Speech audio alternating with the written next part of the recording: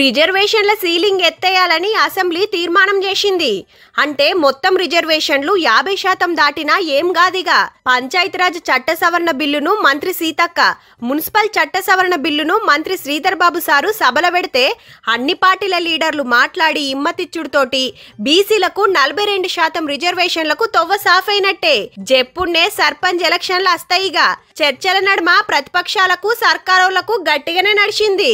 GO ఇయ్యంగానే immediate గా న్యాయస్థానం నిలబడదు కాబట్టి రాజ్యాంగ పరిధిలో 9వ షెడ్యూల్ చేర్చినప్పుడే దీనికి సెక్యూరిటీ వస్తుంది కాబట్టి ప్రొటెక్షన్ వస్తుంది కాబట్టి ఆ దిశగా ప్రభుత్వం ఆలోచన చెయ్యండి. ఇంత పెద్ద కార్యక్రమం జరుగుతున్నప్పుడు అపశకునంగా మాట్లాడకుండా సహకరించేటువంటి ప్రయత్నం జరగాలి అధ్యక్ష. ఇంత పెద్ద కార్యక్రమం మొత్తం యావత్ తెలంగాణ ప్రజలు చూస్తా ఉన్నారు అధ్యక్ష. 10 సంవత్సరాల్లో ఏం జరిగింది, 2018 చట్టం ఎవరు విమర్శించుకోలేదు. మిత్రులు గంగ్ల కమలాకర్ గారికి నా సూచన, ఈ ఒక్క విషయంలోనన్నా వాళ్ళ ఒత్తిడికి లొంగకు. ఏమైనా మంచి సైడ్ ఉంటే నేను చూసుకుంటా, నువ్వేం వాళ్ళకి భయపడకు మిత్రమా. మంచి సైడ్ ఏమన్నా ఉంటే నేనున్నా, మనం పాత మిత్రులమే కదా, నీకు తెలియందేముంది.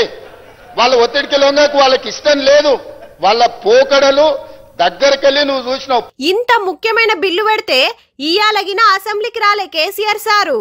ఒకటే గవర్నమెంట్ 5 గొంతులతో మాట్లాడితే కరెక్ట్ కాదు. మీరు కన్ఫ్యూజ్ అయ్యి అందరినీ కన్ఫ్యూజ్ చేసే ప్రయత్నం. వాళ్ళ నాయకుడు మొదట సభలో వచ్చి కూర్చోమనుండ్రు అధ్యక్ష.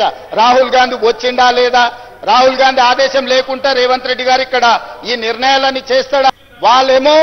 వారేమో రారు. ఇక వచ్చిన ఆయననేమో గిట్లున్నాడు, ఎట్లున్నాడో మీకే కనిపిస్తుంది ఆ పైనుంచి. ఇట్లాంటి వాళ్ళందరినీ ఇందులోకి దోలి తాను జడ్డకు పోతే అంట వనమల్ల చేర్చిందంట. అట్లనే ఉంది లేవారం. అదే కల్వకుంట్ల కాదు అధ్యక్ష, కల్వకుండా ఉంచడం అన్నమాట. ఎవ్వరు కల్వకుండా ఉండాలి. బీసీలు ఓసీలు కలవద్దు, ఎస్సీలు ఎస్టీలు కలవద్దు. అప్పట్లో పెట్టిన బీసీ బిల్లుకు ఈడ ఇమ్మతి. ఢిల్లీలో పెండింగ్ పెట్టిన బీజేపీ ఇయాల కూడా సపోర్ట్ చేసింది. అక్కడుండి పరిపాలించాల్సినటువంటి మనం ఎన్ని రోజులు అధ్యక్ష వెనక బెంచీలలో కూర్చుండి మాట్లాడు. అసెంబ్లీలో సపోర్ట్ చేసి సెంటరోలను ఎందుకు ప్రశ్నించారని బీజేపీ బీఆర్ఎస్ ను క్వశ్చన్ చేసిండు కామ్రేడ్ సాంబన్న. సంపూర్ణంగా మద్దతిస్తూ 9th షెడ్యూల్లో ఉండే విధంగా కలిసి పోరాటం చేస్తామని ఎందుకు అనట్లేదనేది నేను మీ ద్వారా అడుగుతున్నాను. చట్ట సవరణ బిల్లుల మీద గవర్నర్ సంతకం పెట్టాలనేది రూలు. గందుకే రేపు సర్కార్ పెద్దలు రాజ్ భవన్ కు పోతుండ్రు. మీరు కూడా రావాలని ప్రతిపక్షం లీడర్లను కలిసి పిలిచిండు మంత్రి పొన్నం సారు. అట్లనే ఫామ్ హౌస్ లున్న కేసీఆర్ సారు గిన ఉత్తరం రాసిండు రాజ్ భవన్ కు రావాలని.